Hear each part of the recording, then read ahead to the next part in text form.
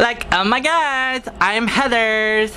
Hi everyone. So I have to do a message to feminisms. And I don't know what it is, cause I asked and they were like, it's not my job to explain it to you. So I was like, whatever. And I just kind of give up. So I guess my jobs would be to ask you, who jobs is it to tells me what this stuff is all about? And that would be my message. Okay, later, bye.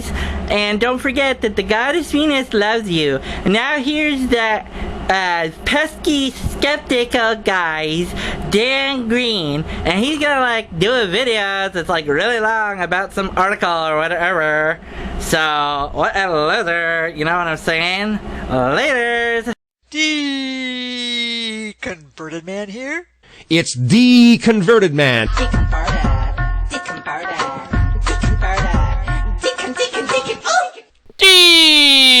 Converted man here. Last time we learned not to invoke men's rights. Now on to part 2.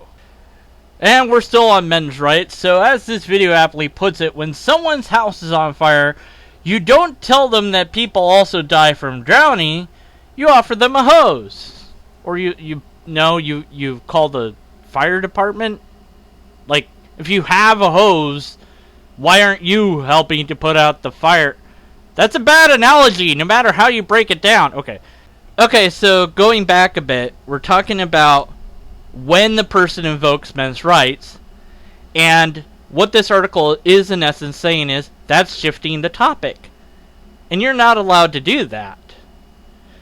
Which only makes sense in a formalized debate, because there is a formal fallacy of shifting the topic, or going on an unagreed topic. There's different formal fallacies, but we'll stick with shifting the topic. In a casual conversation, it wouldn't matter, but this person said it's a friendly debate, which I'm not sure what the bleep that means, but if it's a debate, and it's not formalized debate, then it is a casual conversation, and therefore, even though it takes on many aspects of debate, you could still shift around the topic, because men's rights and women's rights are still under the same blanket, and it makes sense to respond to points somebody is making by bringing up the other side.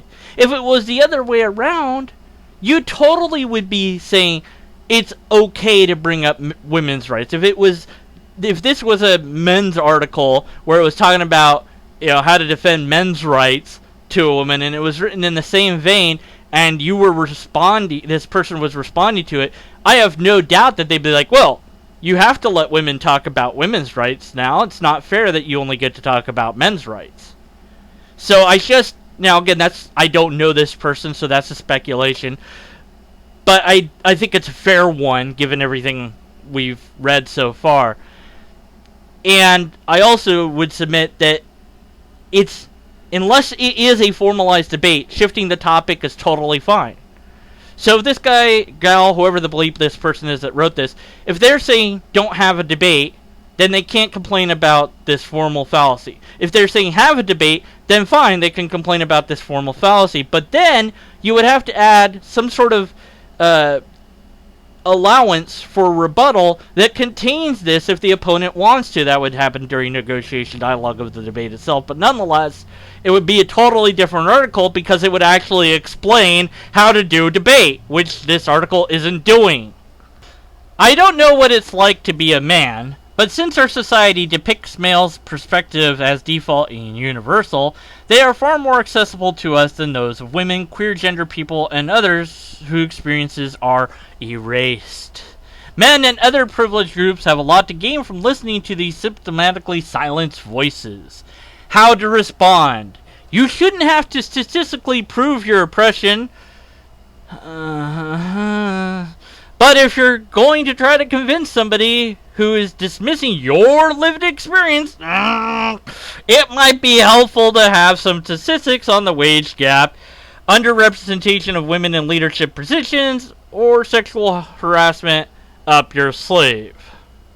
Okay, so I want to make this abundantly clear. If you make a claim, you have the burden to prove that claim. Period.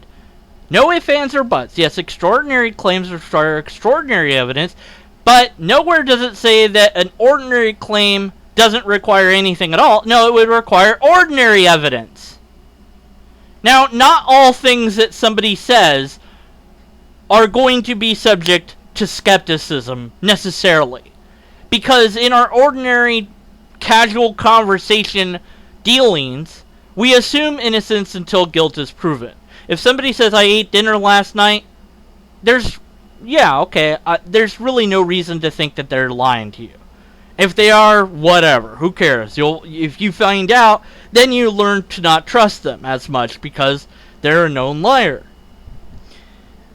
But there's a difference between saying that and saying, well, I ate dinner last night with the President of the United States. That requires proof. Because it's an extraordinary claim.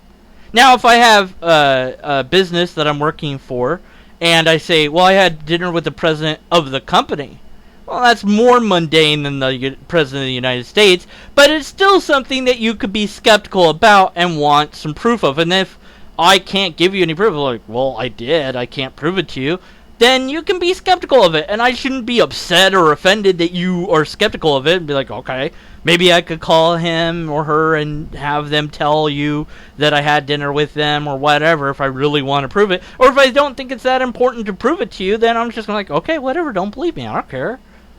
No skin off my nose or teeth or wherever the skin comes off of. And you shouldn't be surprised when people ask you to prove things that you say. In politics, there's a lot going on right now as of the making of this video.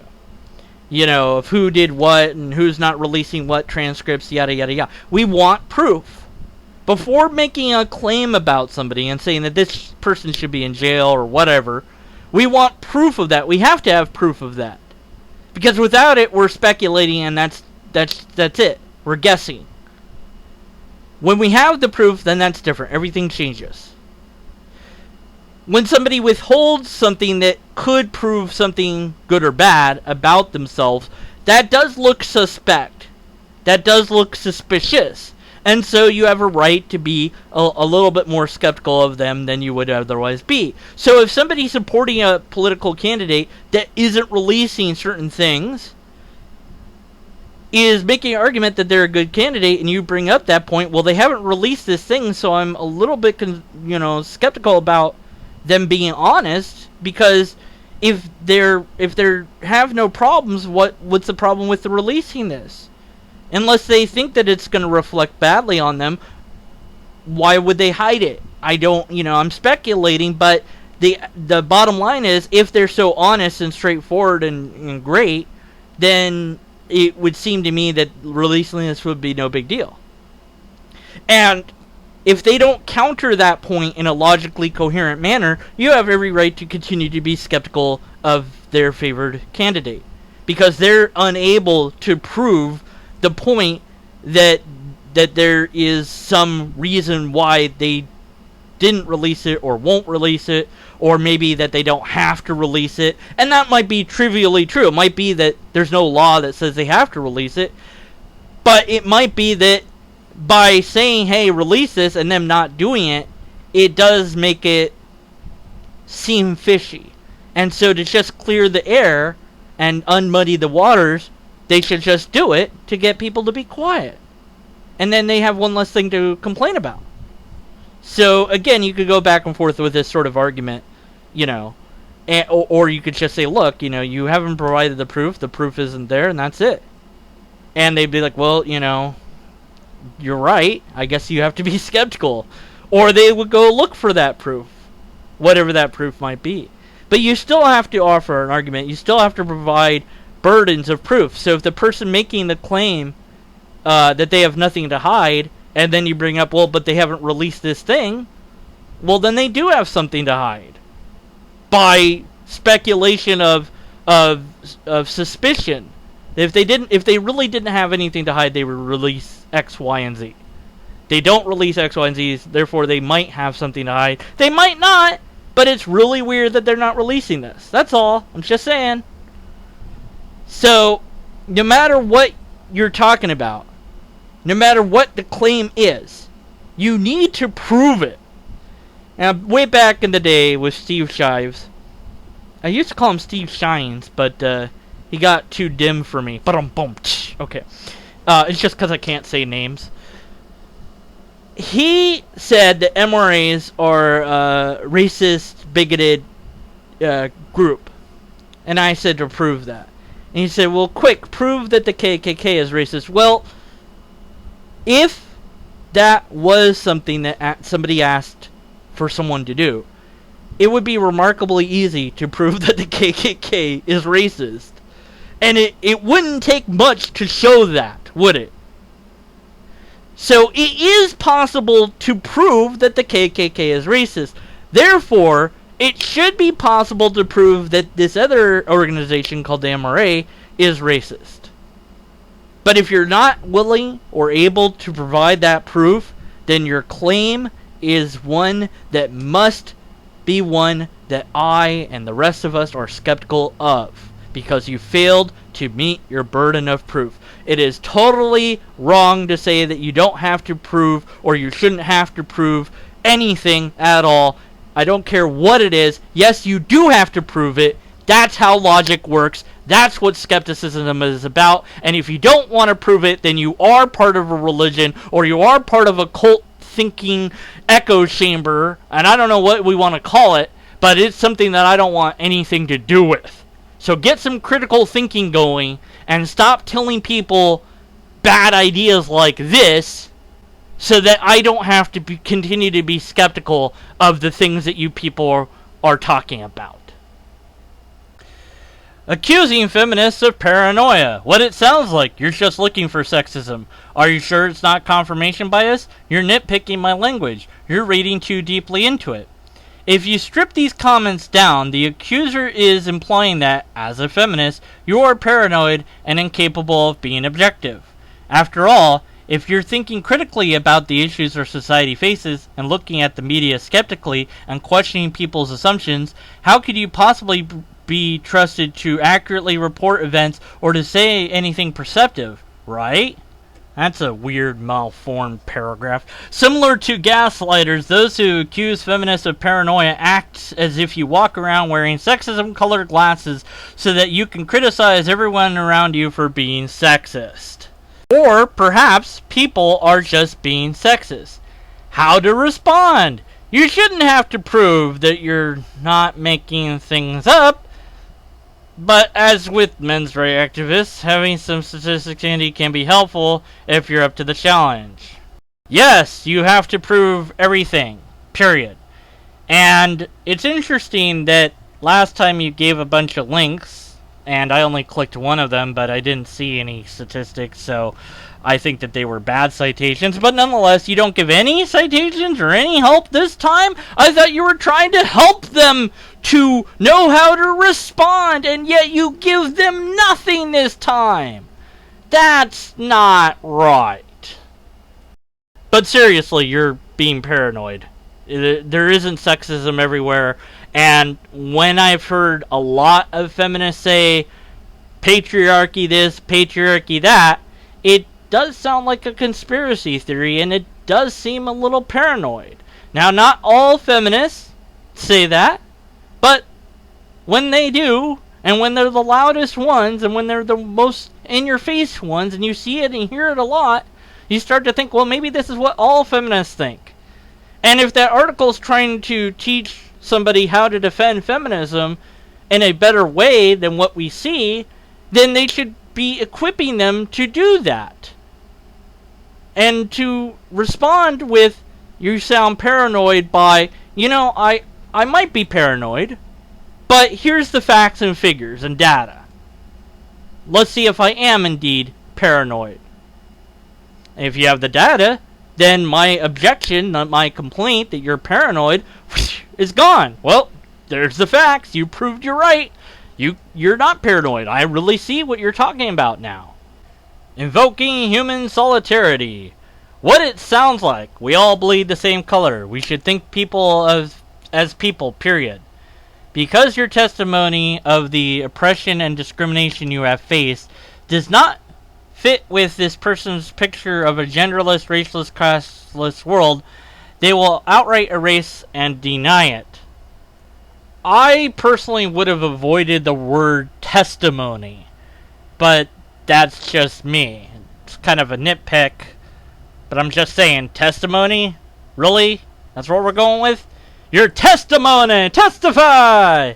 Yeah, that doesn't sound like your religion at all. Moving on. This resistance sometimes comes from confusion between description and prescription. When people hear you describing a world where people are categorized and bringing the experience of specific categories to their attention, they worry that you're perpetuating these categories. You're not. You're just talking about them. Invoking human solidarity can also stem from guilt, special knowledge. Members of a privileged group would like to think, special knowledge, they're not contributing to or benefiting from anyone's oppression. And maybe they're not. Where's the proof that they are? Invoking human solidarity allows them to do this, but it also ignores history. How to respond. Explain that though you share hope of a world in which everyone, races, classes, and genders holds hands and sing Kumbaya, it's not the world we live in. And we have to address current problems specific to women and other marginalized groups in order to arrive at this future.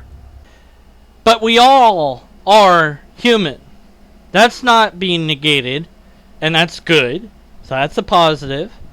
And it is actually kind of saying some stuff that I could agree with if just it was written a little bit better, a little bit more well thought out. Okay?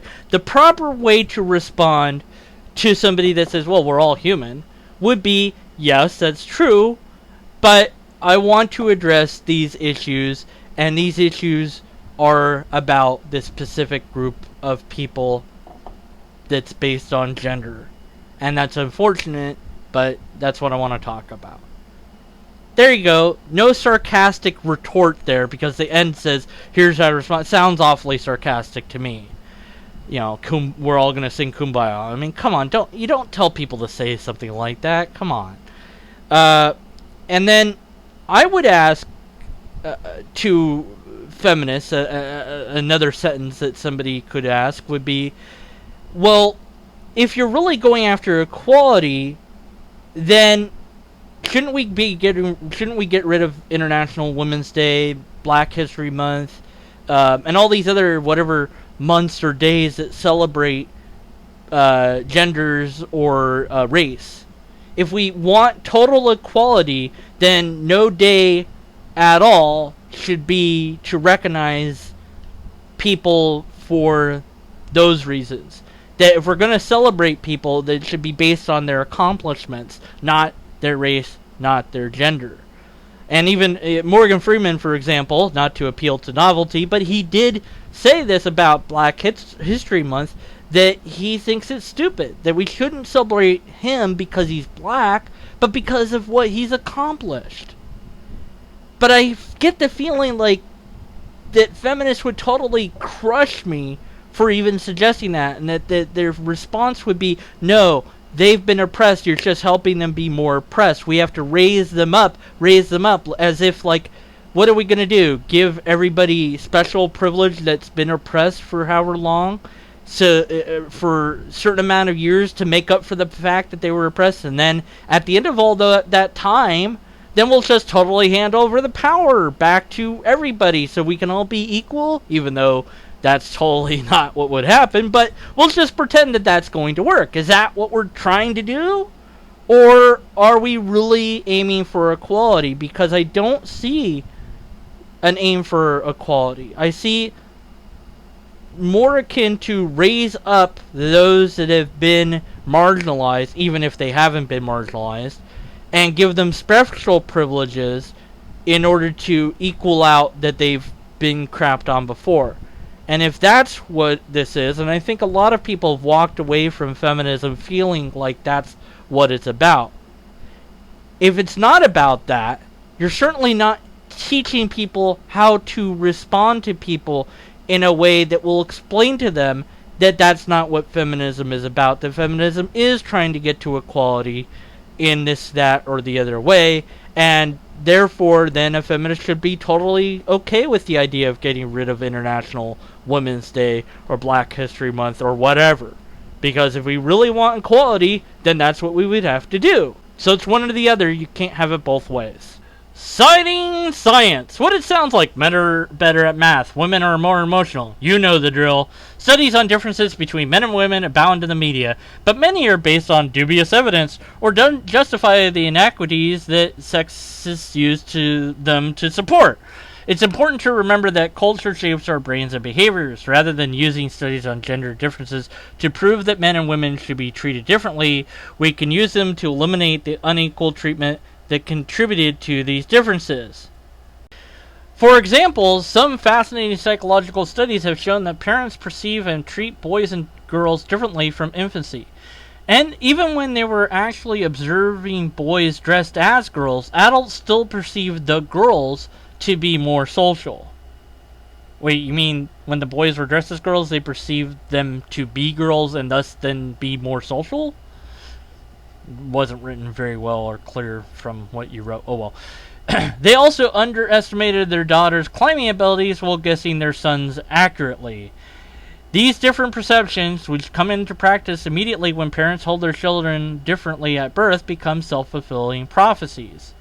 How to respond? Point out that science also shows that gender differences can be culturally ingrained, and we should be more careful not to validate the sexism that ingrains them by calling them natural.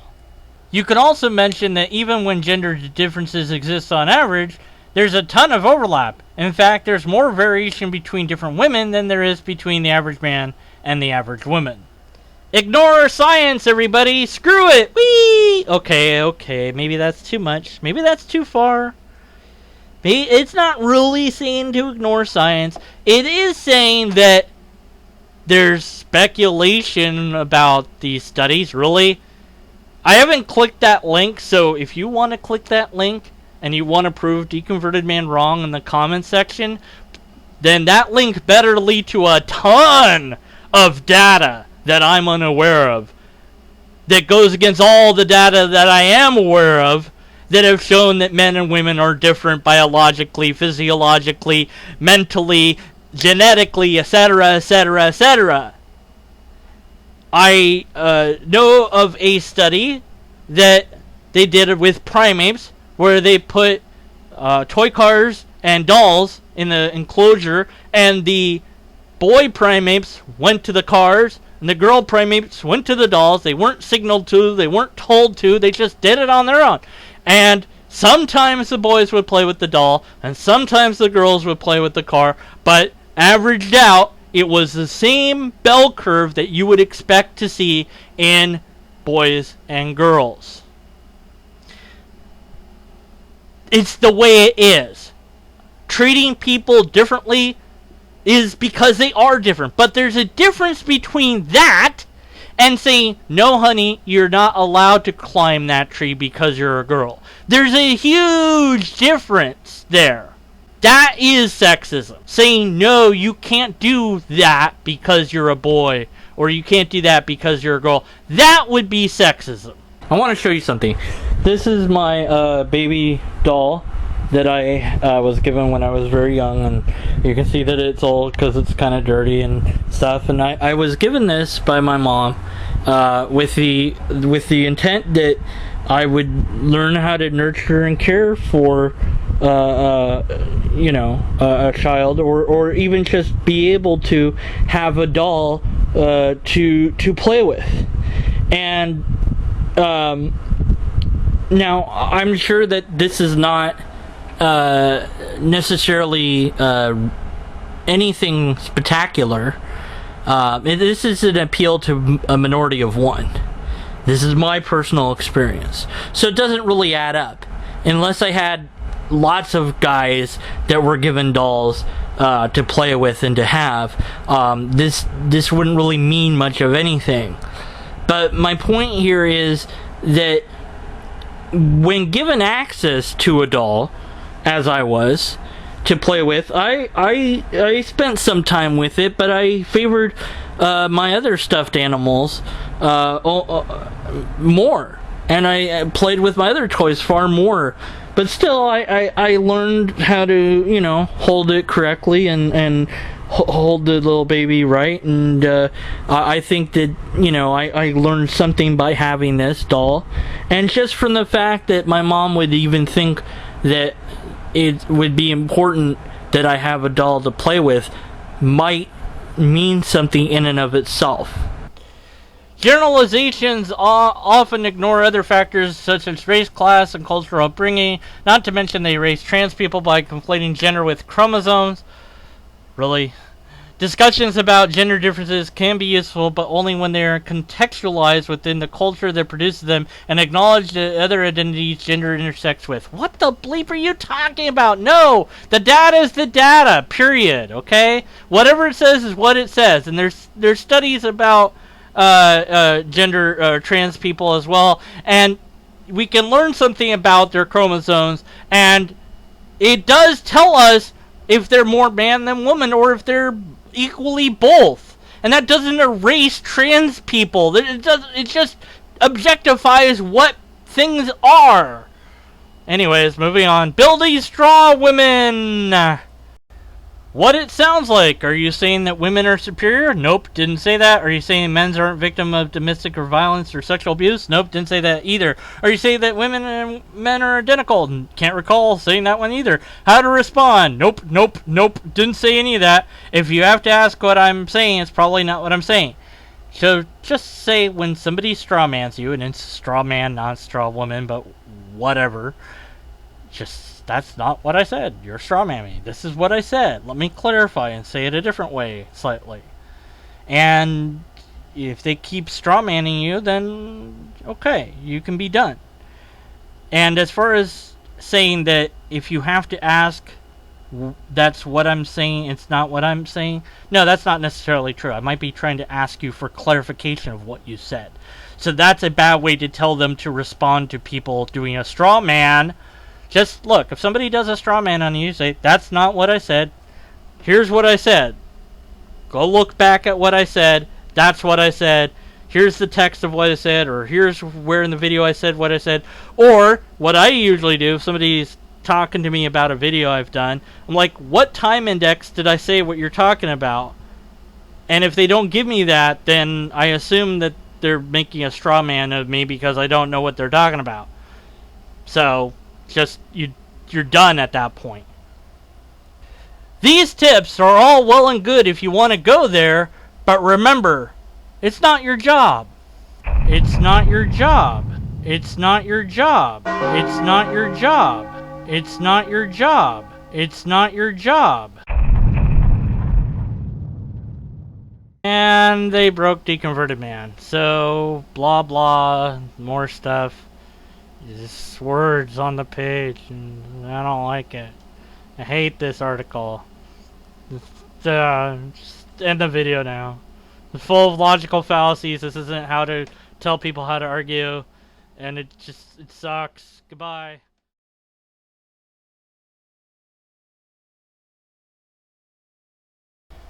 I don't know what it's like to be a man, but since our society depicts male perspectives as default and universal, they are far more accessible to us.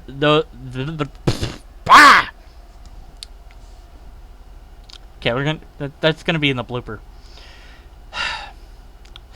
I don't know what it's like to be.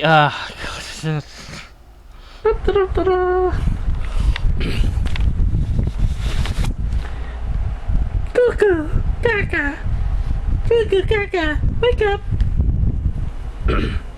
I'm a mountain lion.